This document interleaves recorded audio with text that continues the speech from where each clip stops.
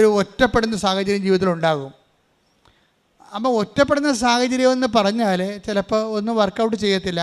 ഇപ്പോൾ അപ്പോസ്തലന്മാർക്ക് എന്താ സംഭവിച്ചു? യേശു മരിച്ചു, ഉയർത്തെഴുന്നേറ്റു. അതുപോലെ തന്നെ ഈശോയുടെ ഫിസിക്കൽ പ്രസൻസ് അവർക്കില്ല, ഫിസിക്കൽ പ്രസൻസ് ഇല്ല. ഇപ്പം നമ്മുടെ ഭർത്താക്കന്മാർ മരിക്കാം, മക്കൾ മരിക്കാം, ഭാര്യമാർ മരിക്കാം. അതെല്ലാം സ്വാഭാവികമായി ലോകത്ത് സംഭവിക്കാൻ സാധ്യതയുള്ളതാണ്. നിങ്ങളങ്ങനെ സംഭവിക്കത്തില്ല എന്ന് പറഞ്ഞിരുന്നുകൊണ്ട് സന്തോഷത്തോടെ ഇരിക്കുകയാണ്. പക്ഷേ സംഗതി സംഭവിക്കുമ്പോൾ ഉടനെ ഞങ്ങൾ പണമെടുക്കാൻ വരുമ്പോൾ പറയും, എൻ്റെ അച്ഛാ എന്നെയും കൂടി കൊണ്ടുപോയിക്കൊള്ളാൻ പറയും.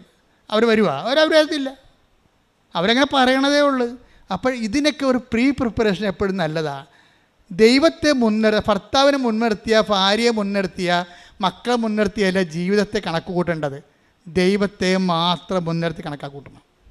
ഇന്നല്ലെങ്കിൽ നാളെ എല്ലാവരും ഗുഡ് ബൈ പറഞ്ഞ് പിരിയാനുള്ള ആൾക്കാരാണ്. അതുകൊണ്ട് തന്നെ ദൈവത്തേക്കാൾ കൂടെ ഇൻവെസ്റ്റ്മെൻറ്റ് ബന്ധങ്ങൾക്ക് കൊടുക്കരുത്, പണി കിട്ടാൻ സാധ്യതയുണ്ട്.